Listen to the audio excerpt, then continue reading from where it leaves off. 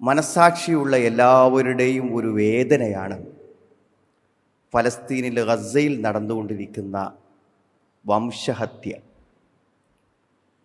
ആരെങ്കിലും അതിനെ അംഗീകരിക്കുകയോ ന്യായീകരിക്കുകയോ ചെയ്യുന്നുണ്ടെങ്കിൽ മനുഷ്യത്വപരമായ യാതൊരുവിധ മൂല്യവും മനസ്സിലില്ലെന്ന് മാത്രമല്ല, അവർ തികച്ചും വർഗീയമായി ചിന്തിക്കുന്ന, മനുഷ്യത്വ വിരുദ്ധമായി ചിന്തിക്കുന്നവരാണെന്ന് വിലയിരുത്തുവാൻ ഇതിലും വലിയൊരു തെളിവ് ഇനി ആവശ്യമില്ല.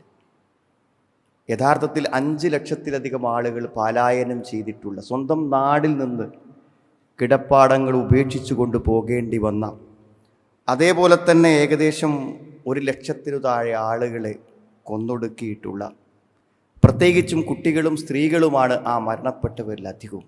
അതിലേറെയൊക്കെ ഏറ്റവും ക്രൂരമായതാണ് പട്ടിണിക്കിട്ട് കൊല്ലുക എന്നുള്ളത്.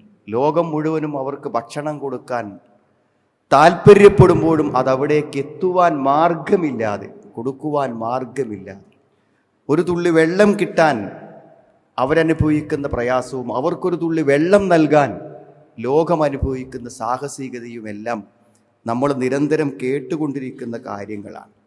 സത്യത്തിൽ മനുഷ്യത്വപരമായി അവർക്ക് ഭക്ഷണവുമായി വളരെ സാഹസികമായ ഒരു യാത്ര കടലിലൂടെ നടത്തി അതിനുപോലും അവിടെ എത്തുവാനും നിർഭയത്വത്തോടുകൂടെ യാത്ര ചെയ്യുവാനുമുള്ള സ്വാതന്ത്ര്യമില്ലാതാകുന്ന, എല്ലാം ആധുനികം പുതിയ കാലമെന്നൊക്കെ പറയുന്നുണ്ടെങ്കിലും ഒരിക്കലും മനുഷ്യത്വത്തിന് യോജിക്കാത്തതാണ് നമ്മൾ കേട്ടുകൊണ്ടിരിക്കുന്നത്. അതുകൊണ്ട് തന്നെ ലോകത്തിൻ്റെ നാനാഭാഗത്തുള്ള എല്ലാ വിശ്വാസികളുടെ മനസ്സിൽ നിന്നും ഒരിക്കലെങ്കിലും ഒരു പ്രാർത്ഥന ഇവർക്ക് വേണ്ടി ഉയരാതിരുന്നിട്ടുണ്ടാവില്ല.